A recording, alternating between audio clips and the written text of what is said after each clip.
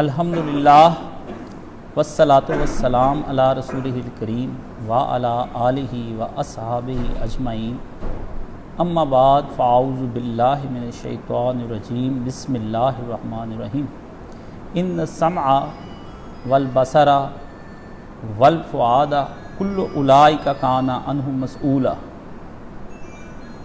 عزیزان گرامی، جمعہ رمضان المبارک گزر چکا آپ کا، تو آپ رمضان المبارک جو ہے وہ گزار چکے ہیں، اور آپ نے بھی رمضان المبارک گزار لیا، اور ان لوگوں نے بھی رمضان المبارک گزار لیا جن لوگوں نے نہ روزے رکھے، نہ نمازیں پڑھی، نہ کوئی ذکر اذکار کیے، ارتگل دیکھنے میں انہوں نے اپنا وقت لگایا اور بہت دیکھا۔ اور میں نے اس کے بارے میں اتنا اب دیکھ لیا، ابھی علماء کے گھر کے اندر بھی یہ گمراہی جو داخل ہو گئی، اور وہ اس بات پر خوش ہیں، ان کو پتہ ہی نہیں تھا کہ ان کے گھروں میں بچے یہ ڈرامے راتوں کو دیکھتے ہیں، اور انہوں نے علماء سے سوال کرنے شروع کر دیے بھی یہ دمشق، ادلب، یہ کون سے علاقے ہیں اور ارتگل کون تھا؟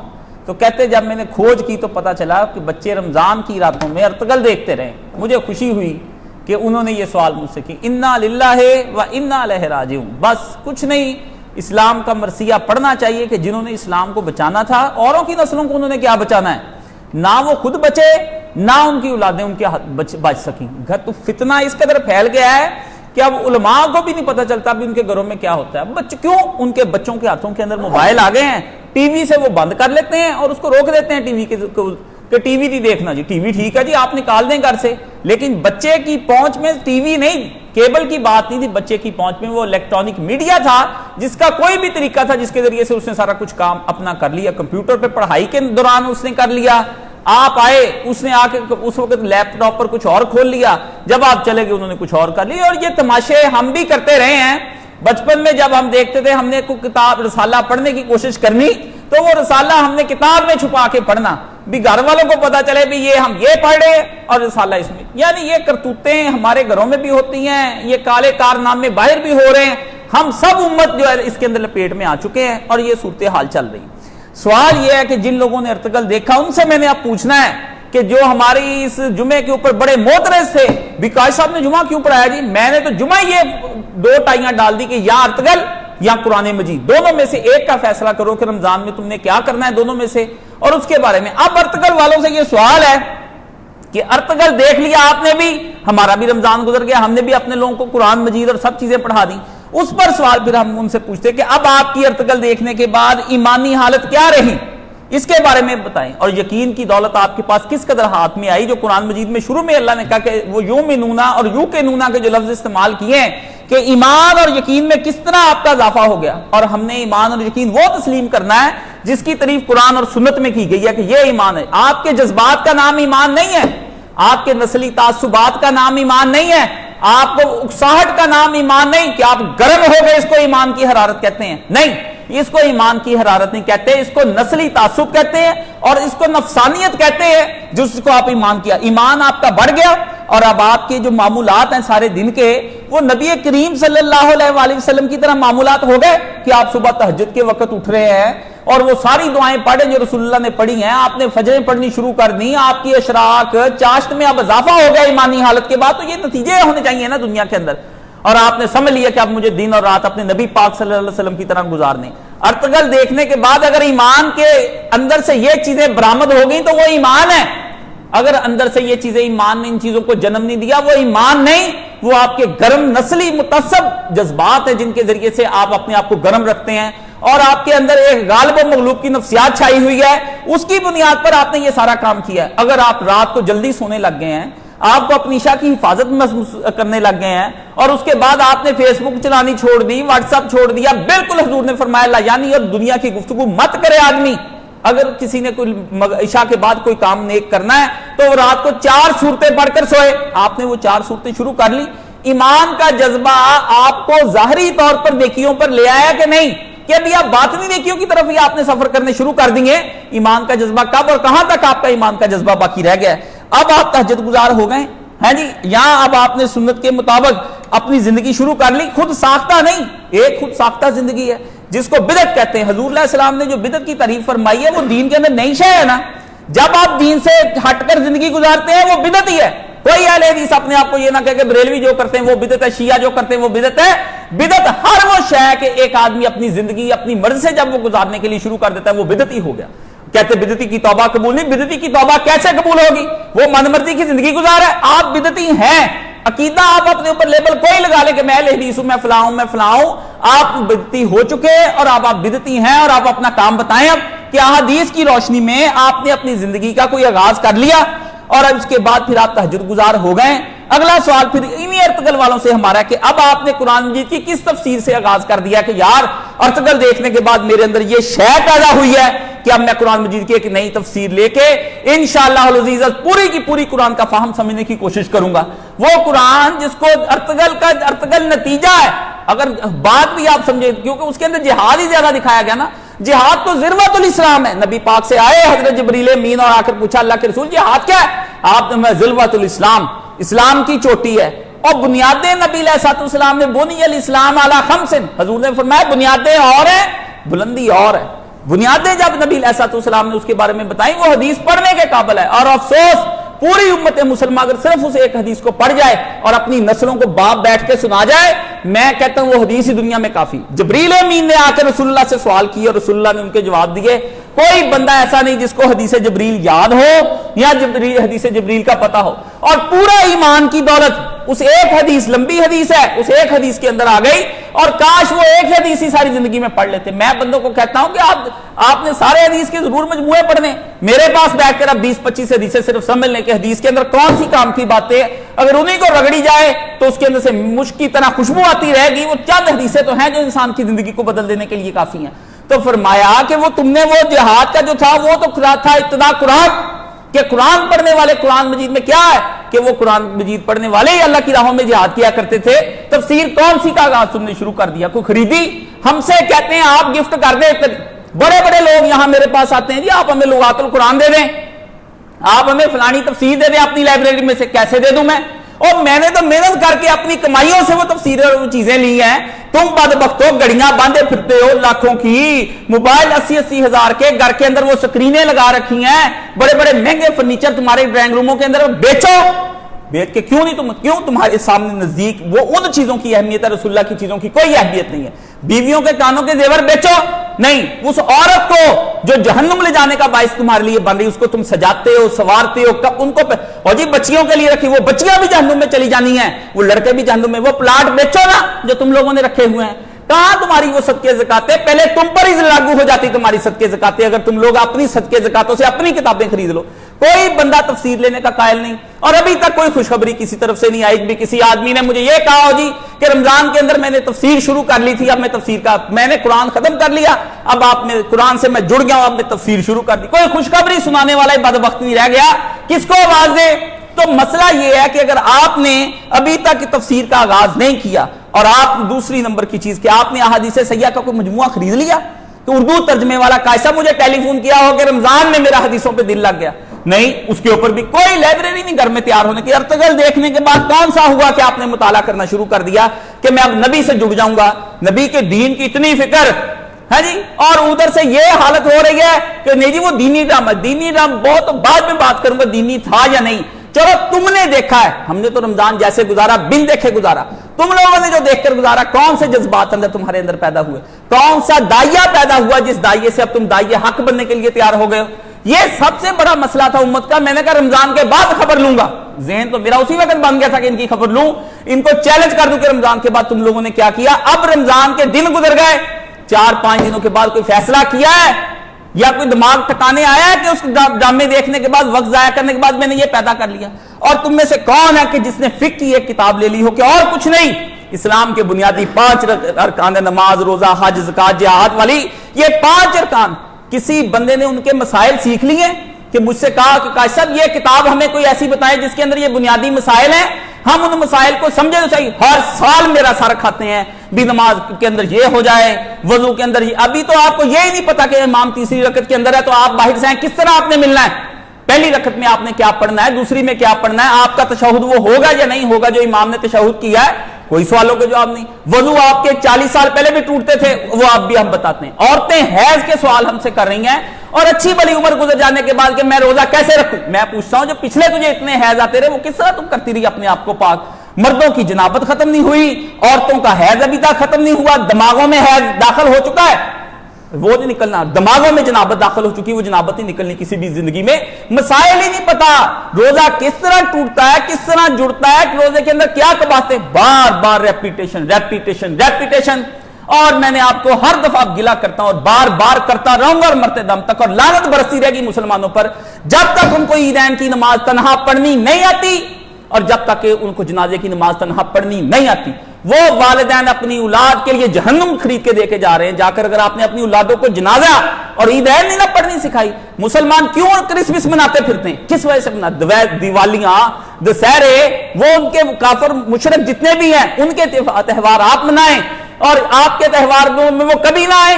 کبھی انہوں نے کہا کہ ہم آپ کے ساتھ عید کی نماز پڑھنے کے لیے آتے ہیں، آپ چرچوں میں جائیں، وہ آپ کے ساتھ کبھی آپ کے ساتھ بھی ملیں گے۔ تو کبھی آپ نے سوچا کہ آپ کو اگر آپ عید کی نماز الگ پڑھنی پڑ گئی تھی اس دفعہ، تو فون کر کر کے میرا دماغ کھا لیا، چاٹ لیا، ہر بندہ جدا نماز کی تحریر پوچھ رہا ہے، وہ کتنی کی مشکل ہے مجھے یہ بتا دیں، نماز جنازہ کتنی کی مشکل ہے، اس کی دعائیں کتنی مشکل ہے مجھے بتا دینا، کوئی سمجھائیں۔ کتے کی طرح سارا دن بار بار کری جانی ہے، بھونکنا ہے، لغویات کے اندر، فحشیات کے اندر، لطیفوں کے اندر، وہ دعا 2 4 5 دفعہ 10 دفعہ رٹ کے یاد کرنی۔ بھی جنازے کی دعا اگر نہیں کسی نے تمہیں جنازہ نہیں آتا، تیرا نہیں ہوا یا تیرے باپ کا نہیں ہوا، گھر میں کھڑا ہو کے پڑھ لیا، ان مسلمانوں کا جن کا نہیں پڑھا گیا جنازے کی دعائیں نہیں کسی کو یاد، 14 دعائیں ہیں، وہ دعائیں کسی کو یاد نہیں، اور میت پر جاتے اور فاتحہ پڑھ کے کل شریف پڑھ کے سالے ثواب کر دے، دعائیں کدھر جانی جو نبی پاک صلی اللہ علیہ وآلہ وسلم نے مانگی، وہ کدھر جانی ہے؟ یہ تو رولا ہے نا کہ فاتحہ جاتی کہ نہیں جاتی، یہ تو ثواب سالے ثواب کے مسائل اپنی جگہ پر ہیں، لیکن وہ دعا تو جو رسول نے پڑھی ہے وہ کدھر جانی ہے؟ وہ ایک دعائیں سکھائی، صحابہ نے سکھائی ہیں، وہ دعائیں کسی کو یاد نہیں کہ یار یہ دعائیں ہم کسی طریقے سے یاد کر لیں، اور نہ غمی اور نہ خوشی دونوں مسلمانوں کے لیے اس وقت دنیا کا مشکل ترین کام ہو گیا۔ اور اس کے بعد یہ نہ نماز کے، نہ روزے کے، نہ حج کے، نہ زکوٰۃ کے کوئی مسئلے نہیں، آپ کو پتا، موٹے موٹے نہیں پتا، آپ بھاگتے ہماری طرف کہ جی ہمیں ان مسائل کے بارے میں ہی ٹیسٹ لے لوں تو پتہ ہی نہیں چلتا کہ یار یہ مسائل 20 دفعہ سمجھائے ہیں، کہاں پہ یہ مسائل کھڑے ہیں۔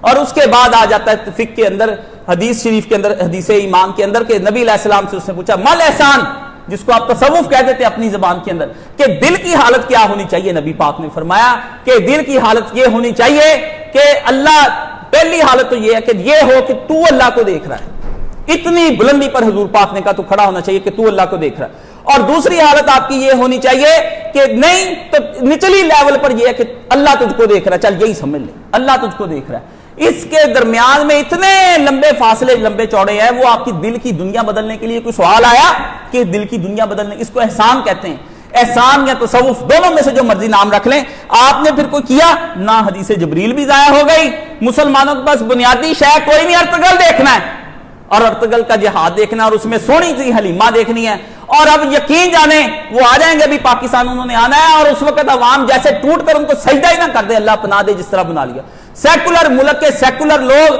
اور کوئی ان کے کپڑے کہہ رہا ہے پورے کپڑے کعبہ ہیں، جنہوں نے کپڑے جتنے مرضی پورے پہنے ہوں، جو لپسٹک کے میک اپ کر کے سونیاں بونیاں بن کے آ گئی، وہ کیا ہے؟ اللہ اللہ اللہ، وہ 20 چیزیں اس کے اندر، اور ساری تاریخ خراب کر کے رکھ دی، انا للہ و انا۔ اور کئیوں نے مجھے بھیجا جی آپ کو پتا علامہ اقبال نے بھی ارتگل کے بارے میں شعر لکھے ہیں، وہ تغرل اور ہے ارتگل اور ہے، اس کو یہی نہیں پتا تغرل اور ارتگل کے اندر فرق کیا، لو ہمیں پڑھاتے پھرتے یہ جہل ہے، وہ لفظ آپس میں ملتے ہیں نا، شروع میں الف رے اس کے لگا ہوا ہے، یہ تو غلط ہے، وہ اور ہے بادشاہ، یہ بادشاہ اور ہے، وہ 100 سالوں کے فرق درمیان میں وہ اور بادشاہ جس کی اقبال نے تعریف کی، یہ اور ہے، اور جاہل ہمیں پوچھتے پھرتے ہیں کہ جی آپ نے یہ مطالعہ کیا، کاش آپ پڑھ لیتے، انا للہ و انا الیہ۔ مجھے سوال کر رہا ہے، میں نے کہا بیٹا تیری اتنی عمر نہیں جتنا میرا مطالعہ ہو گیا، میں نے تو زندگی کر دی لفظ پر بحث کرتے ہوئے، تم لوگ ہم سے سوال الٹے پوچھتے ہو، اور یہ ان کی صورتحال چلی جا رہی ہے۔ اور اگلا مرحلہ وہ آ گیا کہ کیا ارتگل دیکھنے کے بعد کیا آپ سب موبائل سے الگ ہو گئے؟ اور الگ ہونے کا مطلب آپ دیکھ لیں کہ موبائل الگ ہونے پر اگر آپ کی طبیعت بے چین ہوگی، الماری میں رکھ کے 4-5 گھنٹے کے لیے باہر چلے جائیں، اگر تو طبیعت وہاں بے چین ہوگی تو سمجھ لیں کہ ابھی دل دا جانی آپ سے چھوٹا نہیں، اللہ محبوب نہیں بنا، موبائل محبوب ہے۔ اگر ابھی تک لگے ہوئے نا، ذرا فرصت ملتی ہے آپ رکھتے ہیں، آدھی رات کو بھی ٹٹول کر دیکھتے ہیں موبائل میرے ہاتھ میں ہے کہ نہیں ہے، تو موبائل اگر آپ کے پاس ہے، بار بار ادھر ہاتھ جاتا ہے، نماز پڑھنے کے بعد فوری جیب میں ہاتھ جاتا ہے، تو سمجھ لیں کہ یہ جو شیطانی چرخا ہے نا، یہ آپ کے ہاتھ میں شیطان خود نہیں آیا، اس نے کہا گھر گھر کے اندر ہر آدمی کے ہاتھ میں موبائل پکڑا دو، یہ سارا دن لگے رہے اس پہ کھیل کھول دیکھتے رہے، تماشے دیکھتے رہے۔ موبائل تو میں کہتا ہوں ایمان کی اعلیٰ بلندی پہ بھی بندہ بیٹھا اس کو بھی نہیں چھوڑنا، اس کو بھی نہیں چھیڑنا چاہیے، اس کو بھی ہاتھ نہیں لگانا چاہیے۔ کوئی پتہ نہیں یہ وہ حسینہ ہے، ناز دینہ ہے، وہ چیز ہے کہ جو توبہ شکن ہے۔ موبائل کے بارے میں میں کہتا ہوں توبہ شکن حسینہ ہے، ایسی خوبصورت کہ جس جو بندے کی توبہ توڑ کے رکھ دے وہ حسینہ ہے۔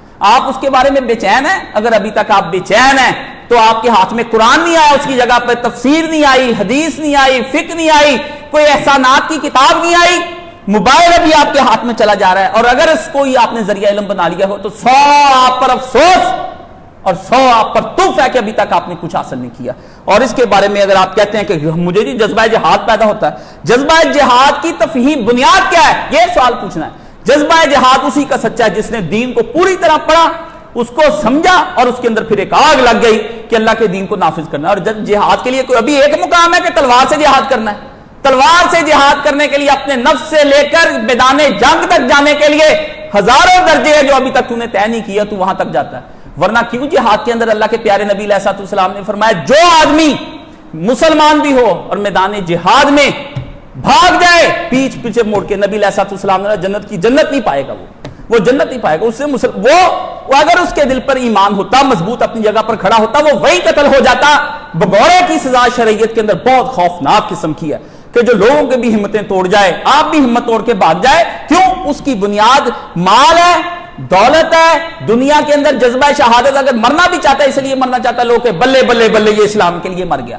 فرمایا جس کسی آدمی نے ان ساری چیزوں میں سے مال، عہدہ، امیر المومنین بننے کی چکروں کے اندر کسی نے جہاد کرنے کی کوشش کی، وہ سمجھ لے اس کا جہاد ناکام ہو گیا، چاہے وہ بھی مارا جائے، اس کا گھوڑا بھی مارا جائے اور اس کا سارا مال بھی لگ جائے، جہنم میں جائے گا۔ آپ نے جذبہ جہاد کی بنیاد کیا ہے؟ دین کی تفہیم ہے، جہاد کی اصلی تفہیم ہے، یا ایک اہم سوال کہ نسلی مذہبی تعصب ہے کہ آپ نسلی طور پر مسلمان ہیں اور مذہبی ہیں، کیونکہ آپ تو دین سے کوئی ریلیٹڈ ہیں، آپ کا مذہب جہاد کی بات کرتا ہے، تو یہاں آپ آ کر تباہ اور برباد ہو جاتے ہیں۔ اگر یہ بنیاد ہے تو یہ آپ جہاد لاکھ کرتے جائیں، حضور نے فرمایا کوئی اپنی قوم کے تعصب میں کوئی جہاد کرے گا وہ قبول نہیں کیا جائے گا اللہ کی راہ کے اندر۔ یہ اگر ہے تو یہ غالب و مغلوب کی نفسیات ہے۔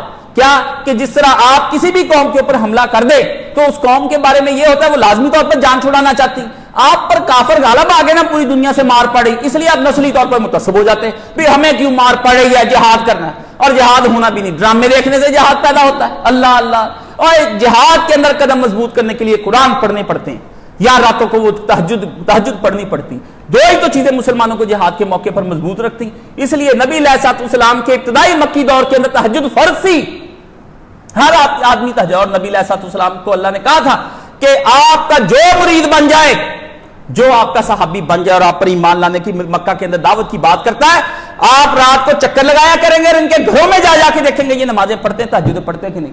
اور نبی پاک صلی اللہ علیہ وسلم نے یہ بات آپ علیہ السلام نے مکہ کے اندر بھی رکھی اور مدینہ کے اندر آ کر بھی رکھی۔ ایک رات ابو بکر کو کہا تو اتنی ہلکی نماز کے ساتھ تلاوت کرتا ہے کسی کو سنتی، اتنا تو پڑھ کے تجھے سنے۔ اور عمر کو کہا یار تو اتنی اونچی آواز سے نماز تلاوت کرتا ہے کہ اور لوگ بھی ڈسٹرب ہو جاتے، اپنی آواز نیچے کر۔ ایک دن ابو موسیٰ اشعری کے رات کے گھر پہ پہنچ گئے، حضور نے فرمایا یار کمال تو تلاوت کرتا ہے، تیری آواز سے تو مزے کا آگے، اس طرح لگتا ہے جیسے اللہ نے تجھے حضرت داؤد علیہ السلام جیسی آواز دے دی۔ اس سے کہا یا حبیب اگر مجھے پتا ہوتا کہ میرے پیارے یہ سن رہے تو میں آواز کو اور نکھار کر صاف صاف لفظ پڑھتا تاکہ آپ کو مزہ آ جاتا دین کا۔ نبی رات کو مکے پھر رہا ہے، مدینے پھر رہا ہے، یہاں پہ کوئی تنظیم، کوئی جماعت، کوئی بھی جتنے مرضی کوئی جہادی ہو، سیاسی ہو، تبلیغی ہو، مجھے اس سے کوئی غرض نہیں، نہ کوئی تنظیم کوئی ہے، کوئی الٹا رات کو تراویحوں کو اہتمام کر کے آپ کو بھی خراب کرتے ہیں ان کو بھی۔ نبی نے کہا انفرادی تو کوئی انفراد ہوا آپ کے اندر، اگر آپ کے اندر یہ بھی نہیں ہوا اور آپ اس کا ابھی تک ہے اور ابھی آپ نے کوئی مرشد پکڑ لیا، مرشد کس لیے پکڑا آپ نے؟ کوئی تحقیقی رہنمائی کرنے کے لیے یا اندھی تقلید کری جانی ہے؟ اگر یہ رمضان شریف نہیں پیدا کیا تو آپ نے پھر کیا کیا؟ کسی مرشد حقیقی کا ہاتھ نہیں پکڑا۔ آپ نے کب سوچا کہ اب اسی سے ساری دین حاصل کرنا ہے؟ کبھی آپ کسی کو سنتے ہیں، کبھی کسی، اور یہ کسی کو سن کر رنگا رنگ کی ایٹمیں کھا کے شادیوں کے کھانے میں جیسے 30 طرح کی ایٹمیں کھا کے گھر آ کے بد ہضمی ہو جاتی ہے آپ کو، پھر پھکیاں ڈھونڈتے ہیں۔ اور محمد علی مرزا اس لیے پھکیاں دیتا ہے آپ سب کو کہ وہ کہتا ہے آپ کو بد ہضمیاں ہو گئی ہیں، رنگا رنگ کے کھا کے۔ اس ڈاکٹر اسرار، مولوی صاحب، کاشف گامدی، 20 آدمیوں کو جب تم لوگوں نے سننا ہے تو یہ رنگ رنگ کا کھانا کھا کے بد ہضمی ہونی ہے۔ میدا اتنا طاقتور نہیں کہ ان کو ڈائجسٹ کر سکے، اس کے کوئی طریقے ہیں چیزوں کے سارے کے کھانے کے لینے کے، آپ کو حکیم تک نسخہ بنا کے دیتا ہے سچا حکیم کہ آپ کا ڈائٹ پلان یہ ہونا چاہیے. نیوٹریشنسٹ دنیا کے اندر آ گئے. اسی طرح آپ کے اندر دینی رہنمائی کا بھی تھا, آپ نے کھا لیا, بعد میں آپ بدہضمیاں کر کے ہمیں فون کر غالبی یہ کہتا ہے, فلانا یہ کہتا ہے, فلانا یہ کہتا ہے. یہ کہاں سے آ گئی یہ ساری چیزیں؟ تو یہ کچھ پیدا ہوا. اب وہ لوگ جو رمضان میں غازی بن جاتے ہیں, یہ تو وہ ہے نا جو رمضان میں ارتگل دیکھتے ہیں. ایک وہ بھی ہے جو رمضان کے اندر ایک ٹوپی, مسلح, ہاتھ میں تسبیحاں, ذکر اذکار شروع. ان کے لیے ایک سوال, یہ تو سوال ان سے ہو گئے. وہ لوگ جو اس وقت رمضان کے بعد کیا ان کی ترتیبیں ابھی تک لگی ہوئی ہیں, یہ پوچھنا ہے. نبی کریم صلی اللہ علیہ وسلم نے اس بارے میں اتنی پیاری رہنمائی کی کہ یقین جانیں اس جیسی رہنمائی مجھے آج تک کہیں نظر نہیں آئی. حضرت عبداللہ ابن عمر نبی کریم صلی اللہ علیہ وسلم کے سالے بھی لگتے ہیں, حضرت عمر کے بیٹے بھی ہیں, ہاں جی, اور نبی پاک کی سنت میں شدید متشدد تھے کہ حضور جو کہہ دیں میں نے وہی کرنا ہے. تو چلو سنتوں کے اندر, دینی عبادات کے اندر بہت تشدد سے کام لیتے تھے.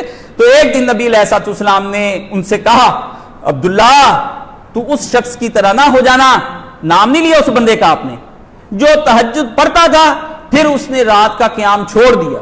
پہلے شروع کر لی, جوش جذبے میں قائد صاحب کی تقریر سنی, جوش جذبہ ہو گیا, تہجد ہی تہجد, سونا ہی نہیں تھی ساری رات. قائد صاحب ساریاں تہجد, ایک بھی قضا نہیں ہوئی. اللہ اکبر. قائد صاحب بھی پریشان ہو گئے, بھی میں تو یار ساری رات جاگتا نہیں, یہ اکیلا ہی جاگ جا کے بلندیوں پہ پہنچ رہا ہے, اور مجھے بھی بے ہوشی ہو گئی. میں نے کہا اچھا یار, میں بھی ایسا تو قرآن کبھی میں نے نہیں ختم کیا جو یہی کری جا رہا ہے دن بھر. اللہ اللہ اللہ. بعد میں کوئی نظر ہی نہیں آتا تھا, دور دور تک نہیں آتی. وہ اگلے سال یکم رمضان کو شروع کرنی ہے, جب میں کہوں گا بستی کروں گا, کوئی بات کروں گا, پھر شروع کر, اندر آگ لگ جانی. پھر وہ اللہ پاک نے کہا یہ کس طرح کا عمل ہے, کس طرح کا. اگر تو قرآن مجید کی آپ تلاوت کرتے تھے اور رمضان ختم ہوا, تلاوت ختم ہو گئی آپ کی, تو آپ بھی ناکام ہے. جس طرح ارتگل دیکھنے والا ناکام ہو گیا نا, آپ بھی ناکام ہو گئے. اور اگر باجماعت نماز کا اہتمام کرتے تھے, مسجد آپ ویران ہے, آپ نہیں جاتے, نہیں عبادت کرتے, ہاں جی, تب بھی آپ کا بھی رمضان گیا. مقبول رمضان کی گفتگو کرنے لگا ہوں کہ کس کس کا رمضان مقبول ہو گیا ہے, کس کس کا غیر مقبول ہو گیا. اور سنتوں اور وطروں کا اگر آپ اہتمام کرتے تھے, اگر آپ نے وطر اور سنتوں کا اہتمام چھوڑ دیا, گئے غریبوں مسکینوں کا آپ صدقے خیرات رمضان کی راتوں میں کرتے, دن میں کرتے تھے, اب مانگتے رہے تو آپ تب بھی گئے. اور اگر رمضان میں آپ جھوٹ, گناہ, برائی سے بچتے رہے, بد اخلاقیوں سے, اب اس میں مبتلا ہو گئے, پھر بھی برباد ہو گئے. پہلے آتے تھے درس سننے کے لیے, چلو بھی رمضان شریف ہے, جا کے قائد صاحب کا درس سنائیں. اب کا کوئی بات نہیں, رمضان گیا, ساتھ سب کچھ ساتھ لے گیا. اب درس سننے کے کیا فائدے, مجالس دینی رہ ہی نہیں گئی, صحبت صالح رہ ہی نہیں گئی, نتیجہ اس کا یہی ہونا ہے. تو نبی اس سے میں پوچھتا ہوں کہ یہ رمضان مبرور نہیں. مبرور کا لفظ میں نے حج سے لیا. نبی علیہ السلام نے فرمایا حج اس کا جس کا حج مبرور ہو گیا, اور جس کا مبرور ہو گیا اس کے اگلے پچھلے حضور نے فرمایا سارے گناہ معاف ہو گئے. مبرور کیا ہے؟ علماء کرام سے پھر پوچھا گیا مبرور مقبول کو کہتے ہیں, ایک شے جو ہے قبول کر لی اللہ پاک نے, اس کے بارے میں وضاحت ہوئی. فرمایا مبرور کے کیا معنی ہے؟ مبرور کے معنی علماء نے جو لکھے ہیں, مقبول کے. قبول کس کو کہتے ہیں؟ کہ حج کرنے کے بعد آدمی پہلے والا نہیں رہا, بدل گیا بعد میں. حج اور عمرہ وہی ہے جو پہلے والا, جب گیا تھا اس وقت اور تھا, جب وہاں سے واپس لوٹا تو وہ مبرور ہو گیا. اب وہ پہلے والا لوگ پہچانتے ہیں کہ یار اب یہ نمازی پر زیادہ ہو گیا, ذکر اذکار میں لگ گیا. یہ نہیں کہ 10 15 20 دن مہینہ پڑے, بعد میں حج کا رنگ جاتا رہا. آخر آپ کو پتا ہے یہ جعلی لون جو لوگ بناتے ہیں وہ پھر کیا ہوتا ہے, پہلے رنگ بڑے اتنے پیارے کہ اصلی لون والے لوگوں کے پاس بھی وہ رنگ نہیں ہوتے. وہ اصلی لون جو ہوتی نا, اعلیٰ قسم کی لون, لوگ اس کو دیکھتے ہیں یار اس کا رنگ, اس کے ڈیزائن زیادہ اچھے ہیں, جس کے ڈیزائن سب کچھ. تھوڑی دیر کے بعد جس طرح سمر ویکیشن گزرتی ہے, گرمیاں, رنگ فیڈ ہونا شروع ہو جاتا ہے, پھیکا پڑنا شروع ہو جاتا ہے. پتا چلتا ہے بھی رب نکل آیا. گھر جا کے عورتیں دیکھتی یہ نیلا رنگ بھی نکل گیا, پیلا بھی نکل گیا, فروزی بھی نکل گیا, اوپر کوئی شے رکھی وہ بھی اس رنگ میں رنگی گئی, سفید کپڑا پاک دامنی کا کپڑا اس کے اوپر رکھا وہ بھی رنگ پکڑ گیا. وہ آپ کے فیڈ رنگ ہیں جو آپ نے رمضان کے اوپر چڑھائے ہوتے ہیں, وہ بالکل لون کی طرح ہوتے ہیں. ان خواتین کے بھی ان لون کی طرح ہو کے ہوتے ہیں, ان مردوں کے بھی وہی فیڈ رنگ ہے. اخیر ان کے اندر سے کیا نکل آتا ہے, وہی گند نکل آتا ہے. اگر یہ آپ کا مقبول ہو گیا ہے اور آپ ویسے کے ویسے رہے, پھر آپ کا رمضان ٹھیک ہے, آپ کو مبارک ہو کہ آپ نے بہت اچھا رمضان گزارا, اللہ نے قبول کر لیا اور آپ ویسے کے ویسے ہی ہیں. لیکن اگر آپ ویسے کے لفنٹر اور وارا کہ اس وقت تھا اب کلوز کر دو سارے کا سارا, تو جنہوں نے ارتگل دیکھا اور جنہوں نے رمضان میں یہ جعلی محنتیں کی, دونوں برابر ہو جائیں گے. اور دونوں برابر ہونے کے بارے میں اللہ پاک نے قرآن مجید کے اندر بیان کیا ہے. وہ پڑھنے والا ہے. جو میں نے آیات قرآن مجید کے اندر پڑھی تو اللہ پاک نے کہا قیامت کے دن جب ہم ان کو بلائیں گے اپنی بارگاہ کے اندر اور یہ ہماری بارگاہ کے اندر آئیں گے تو پیارے نبی علیہ الصلوۃ والسلام نے فرمایا اس دن پھر ہم کیا ان السمع والبصر والفؤاد کل اولئک کان عنہ مسئولا. اے پیارے پیغمبر صلی اللہ علیہ وسلم وہ دن بے شک آنے والا ہے کہ جب کان، آنکھ اور دل ان سب کے بارے میں تیرا رب ضرور بھی ضرور سوال کر کے رہے گا. تینوں چیزیں، ڈرامے دیکھے ارتگل کے، کان بھی ادھر اور آنکھ بھی ادھر. ان کان اور آنکھ کا نتیجہ جو ہوتا ہے وہ دل کے اندر آ جاتا ہے لازمی طور پر. اکثر لوگ کہتے ہیں ہمیں وسوسے آتے ہیں. اکثر لوگ، یار آپ کس طرح کے ہمیں وسوسے روکیں؟ ہم نے روکنے. دنیا کی کوئی ایسا دم تویز دعا قرآنی آیت نہیں جو آپ کے وسوسے روک دے. جب تک آپ نے بیرونی طور پر یہ تین پرہیز نہ کر لینے، آنکھ اور کان کا، اتنی دیر تک آپ کا دل نہیں پاک. کیونکہ دل وسوسے آنے آنے، دلوں کے اندر وسوسے آنے. جب تک آپ کی آنکھ اور کان پاک نہیں، آپ ایک ڈرامہ دیکھ لیں، ایک سین دیکھ لیں، فیس بک پر ویسے ہی آ جائے اور آپ گزار دیں، چھوٹا سا بھی اور بے معنی بھی اگر آپ نے دیکھا ہے تو بے معنی خیالات آتے رہیں گے. گندا دیکھا ہے گندے خیالات آتے رہیں گے. آپ نے گانا دیکھا وہ آتے ہی جانے ہیں. دیکھنا ہی جرم ہے اور اس پہ میرا دل کرتا ہے کہ جمعہ پڑھاؤں. آفات النظر، آنکھ کی آفتیں کیا ہیں؟ دنیا کے اندر جتنی آنکھ کی آفتیں نا، علماء نے اتنی موٹی کتابیں لکھی کہ ساری آفتیں اس آنکھ کی لائی ہوئی ہیں لیکن نہیں چھوڑتے. میں کہتا ہوں رات تہجد کے وقت بھی فیس بک چل رہی ہے، دن کے وقت بھی فیس بک چل رہی ہے. پڑھتے کس وقت ہو؟ جان کس وقت؟ وہ موبائل تم سے دور کس وقت یار ہوتا ہے؟ مجھے یہ نہیں سمجھ آتی. دیکھیں نا، میں چھوڑ آیا ہوں کہ دن میں 20 گھنٹے میرے پاس نہیں ہوتا ہے. ایک آدھ گھنٹہ میں نے دیکھ لیا، کوئی چیک کر لیا.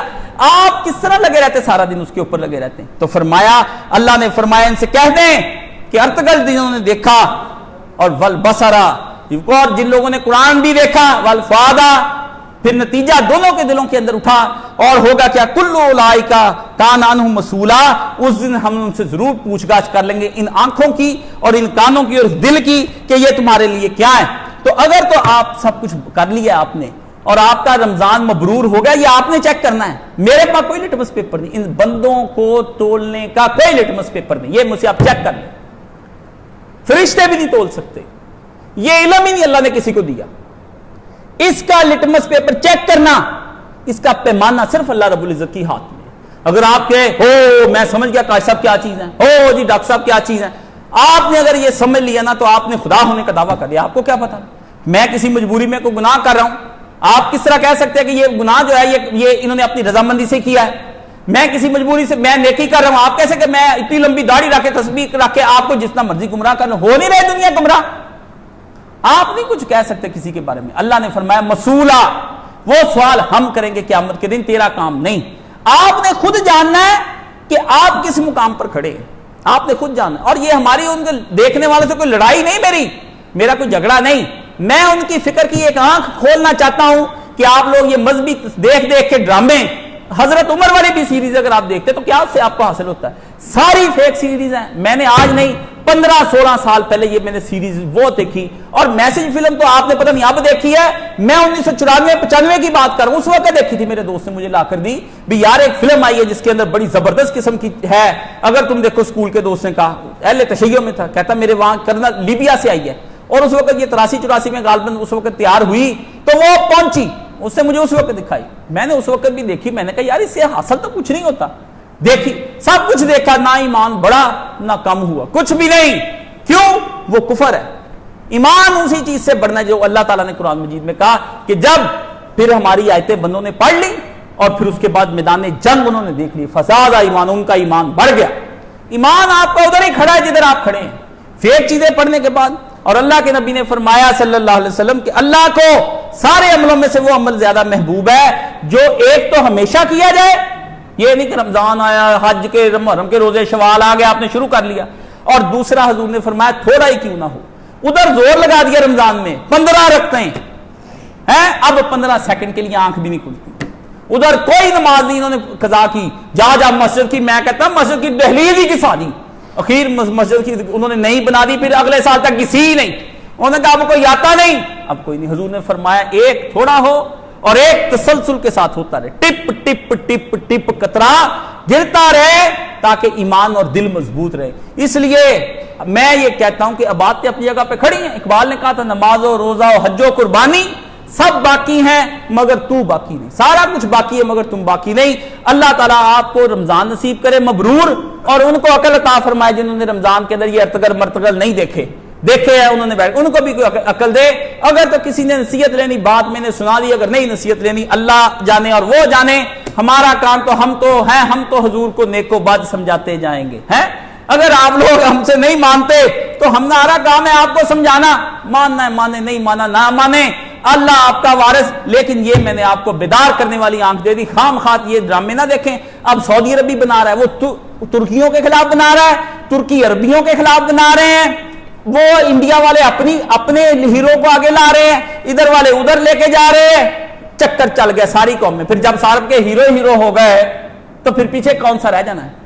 ہر ایک نے اپنی تاریخ منگرت بنا لینی. اور اس دور کے اندر یقین جانے جس طرح ناسبیوں نے امام حسین کے خلاف ایک نئی تاریخ تیار کر لی نا, اسی طرح یہ کوئی سعودی عرب تیار کر رہا ہے. وہ ڈرامہ انہوں نے پتہ نہیں کتنے ارب ڈالر لگا دیا ہے.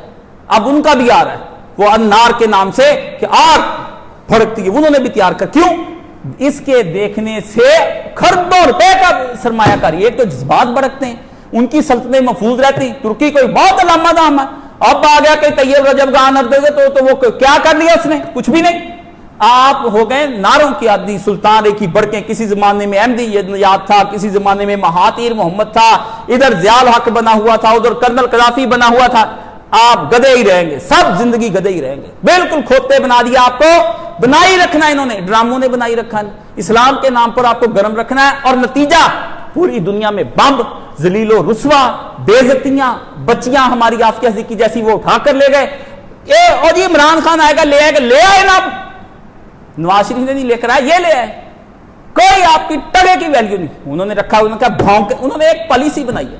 اور پالیسی پہ ختم کر دوں, پالیسی آپ سمجھ لیں پوری دنیا کے حکمرانوں کے بارے میں, مسلمانوں حکمرانوں کے بارے میں. انہوں نے کہا ہے سن لو, کافروں نے ان سے معاہدے ہوئے ہیں کہ اپنے اپنے ملکوں میں جا کے جو مرضی بھونکو, کتے کی طرح بھونکو, ہمارے خلاف تقریریں کرو, ہمیں برا بتاؤ, ہمیں بتاؤ کہ یہ سازشی ہیں, ہمیں ہر شے ثابت کرو کہ اسلام کے دشمن ہیں, خوب کرو پروپیگنڈا ہمارے خلاف. لیکن عملی قدم تم نے کوئی نہیں اٹھانا. عملی قدم تم نے اگر کوئی اٹھایا, ہم تمہیں اسی وقت دنیا میں بدنام کر دیں گے اور بتا دیں گے یہ ختم نبوت کے منکر ہیں. کبھی ہم تمہارے خلاف بتا دیں گے کہ انہوں نے وہ پاناما لیکس آ گئی, ہم بدنام کر کے ذلیل کر کے تم کو وہاں سے نکال لیں گے اور دوبارہ تمہیں آنے جو گئے نہیں چھوڑیں گے. یہ ان کی ایک پالیسی ہے, یہ 100% پالیسی ہے, 1% بھی نہیں. پوری دنیا کے اندر سعودی عرب, کوئی آپ لے لیں نام, کسی کا لے لیں, پوری دنیا بھونکنا آپ نے مرضی سے ہے, کیونکہ آپ کو ہم نے اقتدار میں رکھنا ہے. آپ کی عوام آپ کے بھونکنے کو, آپ کی باتیں کرنے کو, آپ کی تقریریں کرنے کو, آپ کو جوش دلانے کو آپ کو مانتی. آپ تھوڑی دیر کے بعد توبہ جب کر لیتے ہیں کہ میں توبہ کرتا ہوں, آئندہ سے میں یہ نہیں کہوں گا, تو اس کے بعد عوام ساری باتیں آپ کی بھول جاتی. کوئی بات نہیں, معاف کر دیا جائے. خدا بنے پھرتی ہے عوام. یہ کام اللہ کے, اس نے معاف کرنا یا نہیں کرنا. جو ملکوں کا اور امت کا غدار ہے, اسلام کہتا ہے ختم, کوئی خلیفہ نہیں, کوئی حکمران نہیں.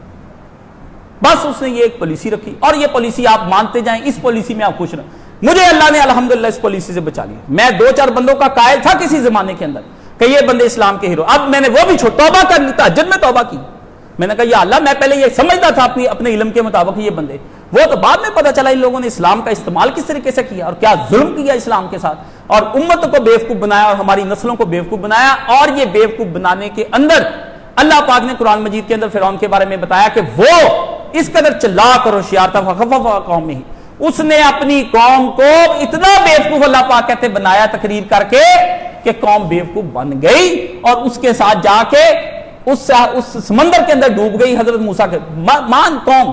لیکن اللہ نے فرمایا ہم نے قوم کو بھی غرق کیا اور اس کو بھی غرق کیا, دونوں کو معاف نہیں کیا کہ جی ہمیں بیوقوف بنا لیا. اللہ نے کہا تجھے بنا لیا, اور بندے نہیں تمہیں بتاتے, موسیٰ نہیں بتا رہا تھا, وہ تو تجھے وہ تقریر نہیں اثر کی دل پہ, اس کی بات کی تیرے دل پہ اثر. کیوں؟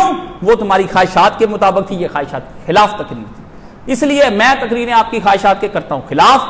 آپ کو لگنا ہے برا تو میرے برا لگتا رہے, میں تو جس نبی کا ہوں وہ بتانا ہے, چاہے میرے عمل بھی اپنے کتنے برے کیوں نہ, اور میں شریعت کے لیول پر ظاہری باتیں پورا نہ بھی کرتا ہوں, لیکن خدا سے میں نے ایک شاید ضرور مانگی کہ عمل مقبول تو دے, لیکن یا اللہ لسانن سلیقہ, مجھے وہ زبان عطا کرنا جو حق کی حق کہے اور کبھی تیری بارگاہ میں اس لیے ذلیل نہ ہوں کہ تو نے لوگوں سے حق چھپایا تھا اور ان کو میٹھی میٹھی سنا کے ختم ہو گئے.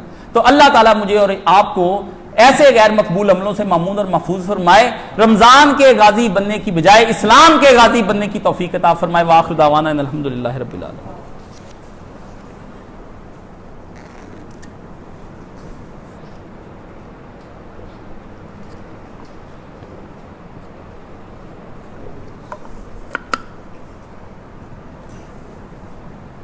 الحمدللہ والصلاۃ والسلام علی رسولہ الکریم. اما بعد، انشاءاللہ اتوار والے دن مغرب کی نماز کے بعد ویسے ہی جیسے درس ہو رہا ہے وہ درس ہوگا. تو آپ سب سے گزارش ہے، لاک ڈاؤن کے دن چل رہے ہیں، آ جایا کریں، درس سن لیا کریں، پلے کچھ پڑ جائے گا. ہم نے تو الحمدللہ رمضان میں 5 پارے جو اللہ پاک نے وہ ہمارے الحمدللہ اللہ پاک کے حکم سے ہم نے انہیں مکمل کر لیا ہے. تو اللہ کے فضل سے اب 6واں پارا چل پڑا. میں اللہ کا لاکھ لاکھ شکر گزار ہوں کہ اس نے اتنا موقع تو مجھے زندہ رہنے کے لیے دیا کہ میں اس کے دین کی تفہیم پوری کر دوں. اللہ تعالیٰ مجھے اور آپ کو سب کو، جو سننے والے ہیں، جو شامل ہوئے ہیں، سب کو اللہ تعالیٰ اس کا اجر عطا فرمائے. تو اللہ تعالیٰ سے دعا ہے کہ اللہ پاک ہمیں ان ہمارے نیک عملوں کو تسلسل کے ساتھ جاری رکھنے کی توفیق عطا فرمائے. انشاءاللہ یہ رمضان کا ختم ہو، اگلی نئی سیریز جو جس طرح پچھلی چل رہی تھی اصلی اور نسلی مسلمان، وہی شروع کریں گے. سبحان اللہ والحمدللہ ولا الہ الا اللہ واللہ اکبر. اللہم صلی علی محمد وعلی آل محمد کما صلیت علی ابراہیم وعلی آل ابراہیم انک حمید مجید. اللہم بارک علی محمد وعلی آل محمد کما بارکت علی ابراہیم وعلی آل ابراہیم انک حمید مجید. اللہم اشف کل مریض، اللہم رد کل غریب، اللہم اقصد دین کل مدین، اللہم اصلح کل فاسم من امور المسلمین، اللہم اصلح کل فاسم من امور المسلمین، اللہم سد فقرنا بغنائک، اللہم غیر سوء حالنا بحسن حالک، اللہم ادخل علی اہل القبور والسرور، اللہم اغفر للمؤمنین والمؤمنات والمسلمین والمسلمات الاحیاء منہم والاموات. ان اللہ یامر بالعدل والاحسان وایتاء ذی القربی وینہی عن الفحشاء والمنکر والبغی یعظکم لعلکم تذکرون. صفحے سیدھی فرما لیں.